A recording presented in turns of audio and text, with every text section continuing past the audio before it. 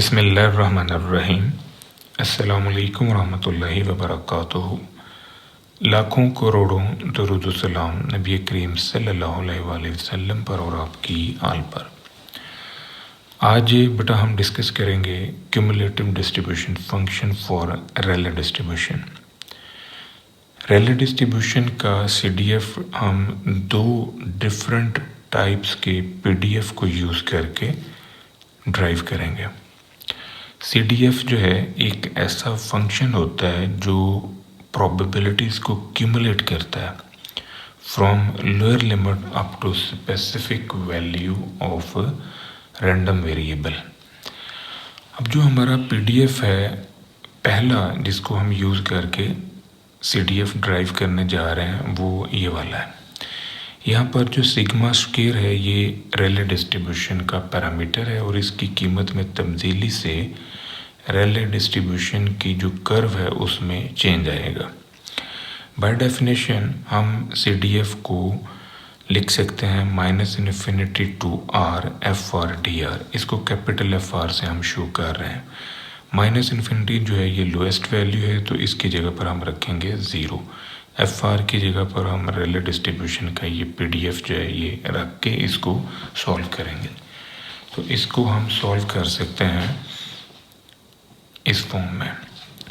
हम लेट करते हैं जी R²/2 सिग्मा स्क्वायर जो है ये थीटा है, इसको इससे मल्टीप्लाई करवा लें तो ये फॉर्म हमारे पास आ जाएगी।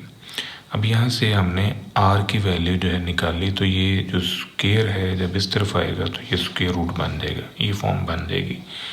इसको डिफ्रेंशिएट करें विद रिस्पेक्ट टू थीटा तो यहाँ से हमारे पास आ गया dr = 1/2।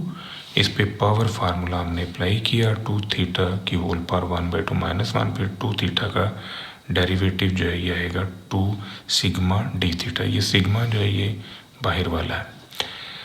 अब ये जो वैल्यू है -1/√2 इसको जब नीचे शिफ्ट करेंगे तो ये इस फॉर्म में हमारे पास आ जाएगी। ये वाला 2 इससे कैंसिल होगा तो बाकी ये बचेगा। यानी हम dr की जगह पर ये वैल्यू जो है ये रख सकते हैं। जब हम एक वेरिएबल को किसी दूसरे वेरिएबल में शिफ्ट करते हैं तो हमें लिमिट्स को भी चेंज करना होता है। ये ट्रांसफॉर्मेशन का रूल है। तो अगर हम यहाँ पर r की जगह 0 लेते हैं तो फिर थीटा हमारे पास 0 होगा और अगर r की जगह पर हम r रख दें तो फिर इस सिचुएशन के अंदर जो थीटा की वैल्यू है वो हमारे पास होगी R²/2 सिग्मा स्क्वायर। देखें r की जगह r रखने से ये 2 सिग्मा स्क्वायर जो इसके नीचे शिफ्ट होगा तो थीटा की वैल्यू हमारे पास आ जाएगी R²/2 सिग्मा स्क्वायर। अब 0 की जगह तो हम 0 लेंगे और r की जगह पर ये वाली कीमत रखेंगे। इस r की जगह पर हमने ये वाली वैल्यू रख दी और R²/2 सिग्मा स्क्वायर की जगह पर रखा थीटा और dr की जगह पर ये कीमत। ये सारी कीमतें पुटअप करने से ये फॉर्म जो है ये हमारे पास बिल्डअप हुई। अब ये 2 थीटा जो है ये 2 थीटा से कैंसिल होगा। ये वाला सिग्मा मिलके स्क्वायर और ये नीचे वाले स्क्वायर से कैंसिल। तो बाकी जो आपके पास बचेगा वो ये है। इसको अब इंटीग्रेट करें। इसका जो इंटीग्रल है यह है e⁻θ/-1। अब इसकी लिमिट हमने रखनी है थीटा की जगह पर पहले हम ये रखेंगे और फिर 0 रख देंगे। तो जब हम ये वाली वैल्यू लिखेंगे तो ये आंसर आया। जब हमने 0 रखा तो निचली लिमिट रखते हुए माइनस से मल्टीप्लाई करते हैं तो ये निचली लिमिट जब हम यहाँ पर रखेंगे तो ये माइनस जो है ना इसको प्लस कर देगा क्योंकि निचली लिमिट शिफ्ट करते हुए बीच में माइनस आता है। ये फॉर्म जो है ये बनेगी। अब इसको आपने मज़ीद सॉल्व किया तो ये +1 जो है मैंने शुरू में लिख दिया और ये नेगेटिव वैल्यू इस तरफ। ये हमारे पास CDF की इक्वेशन जो है ये आ गई फॉर रेले डिस्ट्रीब्यूशन। अब हम एक और CDF जो है ड्राइव करते हैं जो दूसरा PDF यूज़ करते हुए हम करेंगे रेले डिस्ट्रीब्यूशन का। तो ये PDF जो है रेले डिस्ट्रीब्यूशन का हम यूज़ कर रहे हैं टू ड्राइव CDF। अब यहाँ पर 2 पैरामीटर्स जो है रेले डिस्ट्रीब्यूशन के हमारे पास आ रहे हैं। एक है ये ए और एक ये बी है। ए जो है ये लोकेशन पैरामीटर है और बी जो है ये शेप पैरामीटर है।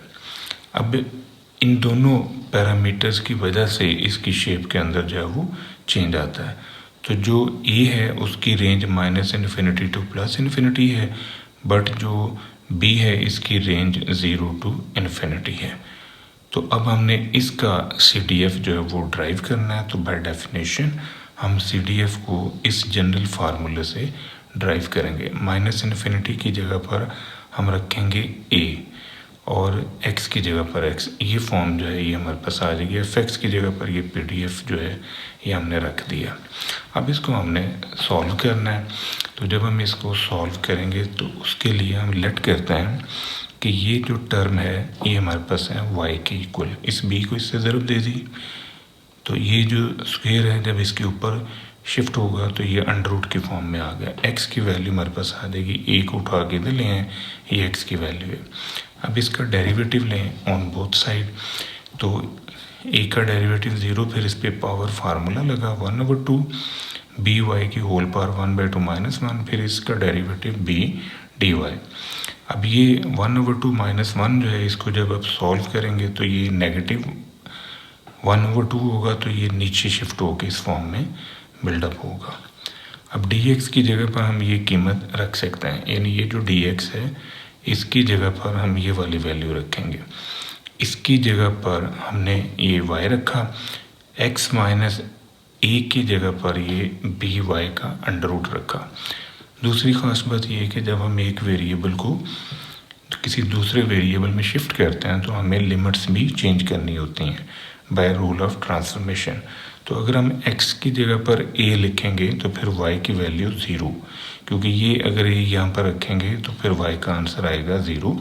और अगर हम x की जगह पर ये x ही रख दें तो फिर y की वैल्यू यही हमारे पास आ जाएगी। ये दो लिमिट्स जो हैं ये अब हमारे पास यूज़ होंगी y की फॉर्म में। तो अब कीमतें रखने से जो न्यू फॉर्म हमारे पास आ रही है, x माइनस a की जगह पर हमने ये अंडर रूट by की कीमत रख दी और इस सारे की जगह पर हमने ये y रखा और dx की जगह पर ये वाली कीमत रख दी। तो ये फॉर्म जो है ये बन गई। अब ये जो by है अंडर रूट, ये इस by अंडर रूट से कैंसिल होगा। ये वाला 2 जो है ये इससे कैंसिल होगा, ये वाला b जो है ये इस b से कैंसिल होगा। तो बाकी जो आपके पास एंड फॉर्म बनेगी वो ये है। इसको अब आपने इंटीग्रेट करना है। तो e की पावर -y का इंटीग्रल जो है ये आ गया e की पावर -y ओवर -1 होगा, -1 को मैंने बाहर रख लिए। अब यहाँ y की जगह पर ये कीमत रखें और फिर y की जगह पर 0 रखें। तो ये फॉर्म जो है ये हमारे पास आ जाएगी। ये CDF है फॉर रेले डिस्ट्रीब्यूशन। अब इसको हम यूज़ करेंगे to drive quartile, decimal and percentile. तो फर्स्ट ऑफ ऑल हम इस CDF को यूज़ करके Q1, Q2, Q3 जो है ये निकालता है। अब Q1 से मुराद एक ऐसी वैल्यू है जिसके नीचे 25% इन्फॉर्मेशन है और जिसके ऊपर 75% इन्फॉर्मेशन है। दूसरी ख़ास बात ये है कि ये जो Q1 है इसको हम P25 भी लिख सकते हैं। इसी तरह ये जो Q2 है इसके नीचे भी 50% है और इसके ऊपर भी 50% डाटा है। तो इस Q2 को हम D5 भी कह सकते हैं, इसे P50 भी कह सकते हैं और इसे मीडियन भी कहा जा सकता है। सिमिलर पैटर्न ये जो Q3 है इसके नीचे 75% इन्फॉर्मेशन है और इससे ऊपर जो है 25% इन्फॉर्मेशन है। तो इसे हम P75 भी लिख सकते हैं। अब हम पहले निकालते हैं Q2।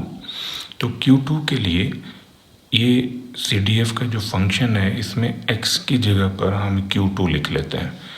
तो ये x की जगह पर Q2 हमने लिख दिया और ये Q2 के नीचे जो है 50% इन्फॉर्मेशन है यानी 1/2। अब इसको हमने सॉल्व करना है। ये वाली टर्म उठा के इधर ले आए और 1/2 को इस तरफ ले आए, ये फॉर्म हमारे पास आ जाएगी। अब ये 2 जो है इसको ऊपर शिफ्ट कर लें तो 2 की पावर -1 है। इसका आपने नेचुरल लॉग जो है लिया ऑन बोथ साइड। जब आप इसके ऊपर नेचुरल लॉग अप्लाई करेंगे तो ln e जो है ये होगा 1, तो ये टर्म जो है ये हमारे पास आ जाएगी। यहाँ से ln 2 की पावर -1, ये माइनस जो है ये शुरू में आ जाएगा लॉग की प्रॉपर्टीज़ की मदद से। ये वाला माइनस इससे कैंसिल करें, ये b जो है इसको इससे ज़रब दे दी, ये फॉर्म जो है ये बन गई। अब ये जो 2 है जब ये इस तरफ आएगा तो ये इधर आके 1/2 बनेगी पावर, तो स्क्वायर रूट हो गया, ये फॉर्म निकली। एक उठा के इधर ले आए तो ये Q2 की वैल्यू जो है ये हमारे पास आ जाएगी। अब इसी तरह हमने निकालना है Q1 फर्स्ट क्वार्टर। तो CDF के अंदर हम x की जगह पर Q1 लिख देते हैं, x की जगह पर Q1 लिख दिया। और Q1 एक ऐसी वैल्यू है जिसके नीचे 25% इन्फॉर्मेशन है, तो इसको हम 1/4 लिख सकते हैं। इस टर्म को उठा के ले आए और 1/4 को इस तरफ ले आए, ये आंसर आ जाएगा। अब दोनों तरफ जो है हमने नेचुरल लॉग अप्लाई किया, नेचुरल लॉग अप्लाई करने से ये फॉर्म बनी। इसका नेचुरल लॉग जो है ये आ रहा है, ये वाला माइनस जो है ये इससे काट दें। ये जो b है इसको अपने इससे मल्टीप्लाई किया, ये फॉर्म बनी। ये 2 जो है जब इसके ऊपर आएगा तो ये अंडर रूट की फॉर्म में आ जाएगा।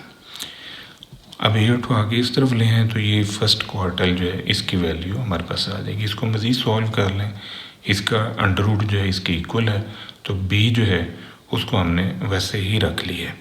ये जो b है ये सेपरेट अंडर रूट के साथ है, ये ज़हन में रखिएगा, क्योंकि इसका अंडर रूट जो है ये अलग है और जो b है इसके ऊपर भी अंडर रूट पड़ा हुआ है। अब हमने निकालना है Q3 थर्ड क्वार्टर।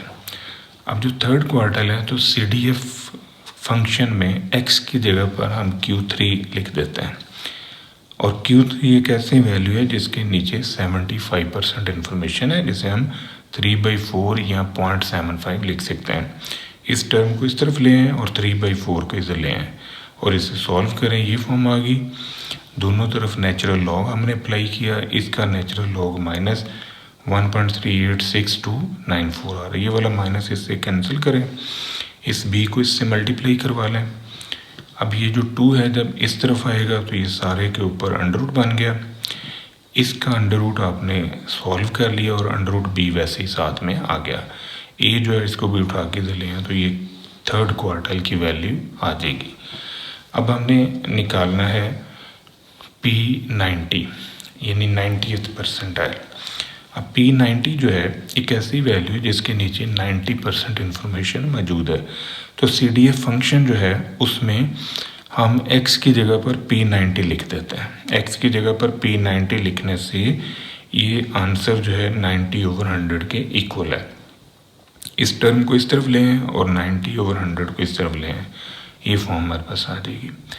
दोनों तरफ आपने नेचुरल लॉग अप्लाई किया, नेचुरल लॉग अप्लाई करने से ये ln e1 होगा, ये टर्म आ गई, और इसका नेचुरल लॉग जो है ये -2.302585 के इक्वल, ये वाला माइनस इससे काट दें, b को फिर इससे आपने मल्टीप्लाई कर लिया, ये b से मल्टीप्लाई हुआ, ये फॉर्म बनी।